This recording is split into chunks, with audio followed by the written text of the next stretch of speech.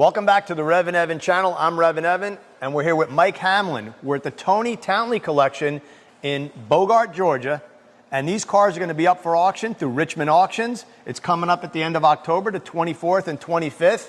We're checking out all the Fords, we're checking the Mopars and the Chevys too, but I got a special one for you. When it comes to Ford muscle, this is a rare one. It is. We all know about Torinos, we all know about Fairlanes, of course Mustangs are fast too, but Falcons. This is a Falcon. It looks like a Torino front end, but it's actually a 70.5 Falcon. And when you talk about a car having the goods, having the boxes checked, you want to go drag racing in 1970, you ordered this Ford right here. Mike, why is this car so special?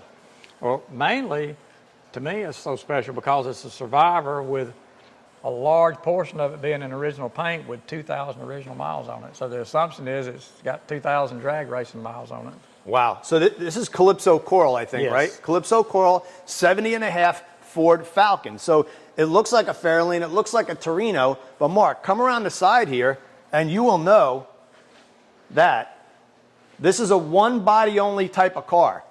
So a Torino, the Fairlane had the fastback roof design.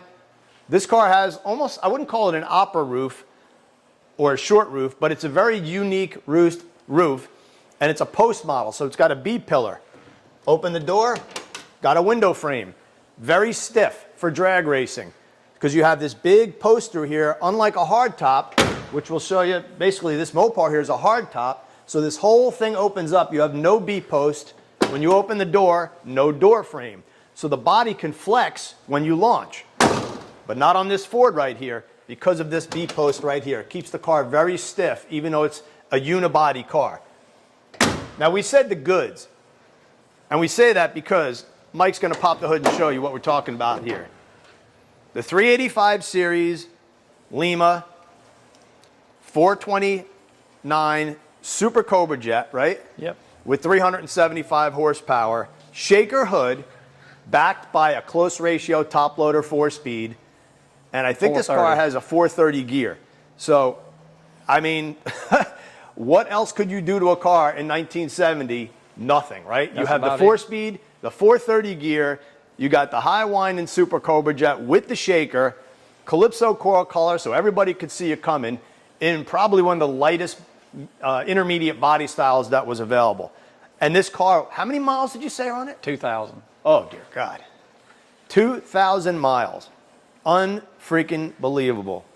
Steel wheels, again, Yep. you know, you didn't even have the Magnum 500s with the poverty caps. Look at these hubcaps.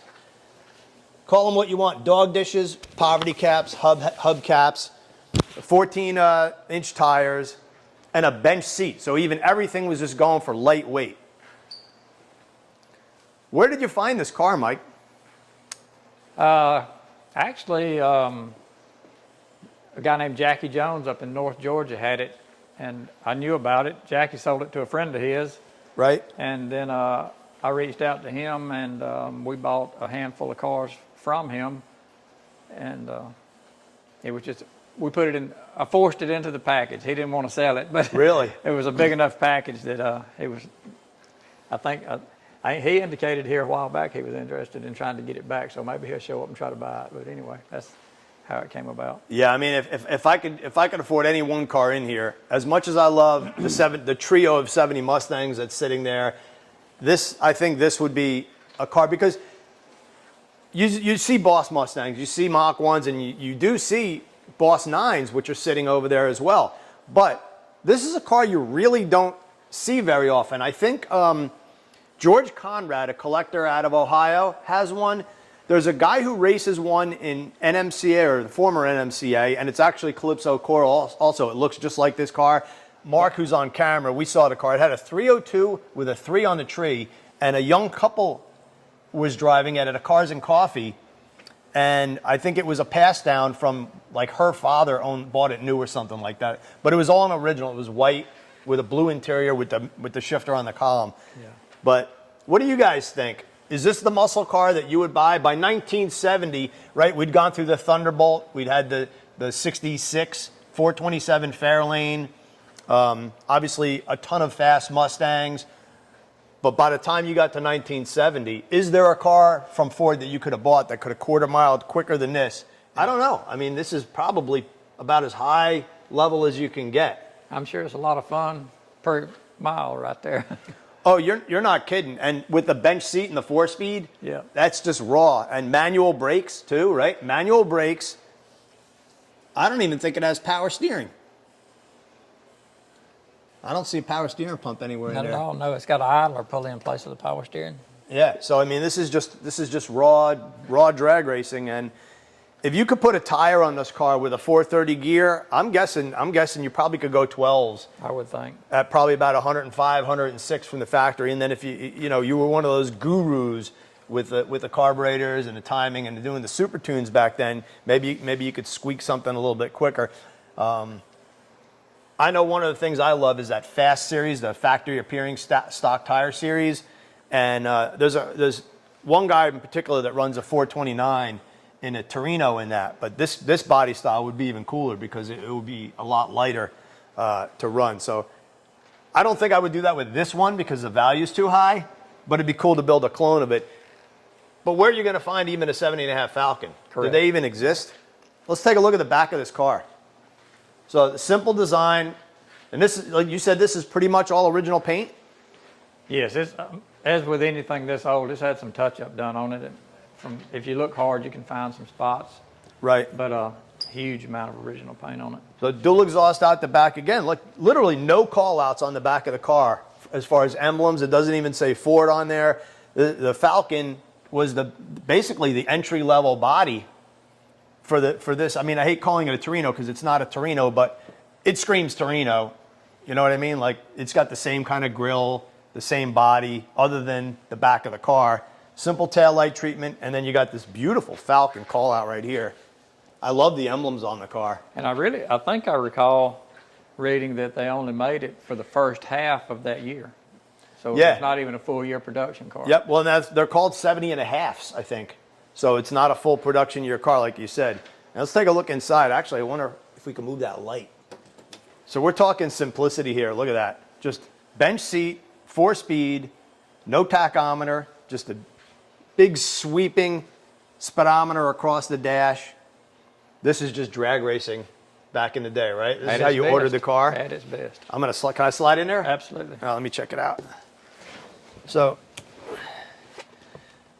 2,793 miles, a quarter mile at a time, no clock, 120 mile an hour speedometer, 2-spoke basic steering wheel, 4-speed with the T-handle, so you can just grip it and rip it.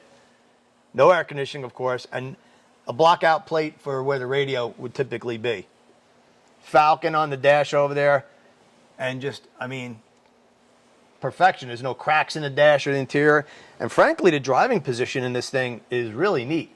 Yeah, comfy. Short windshield gives you that kind of muscle car look.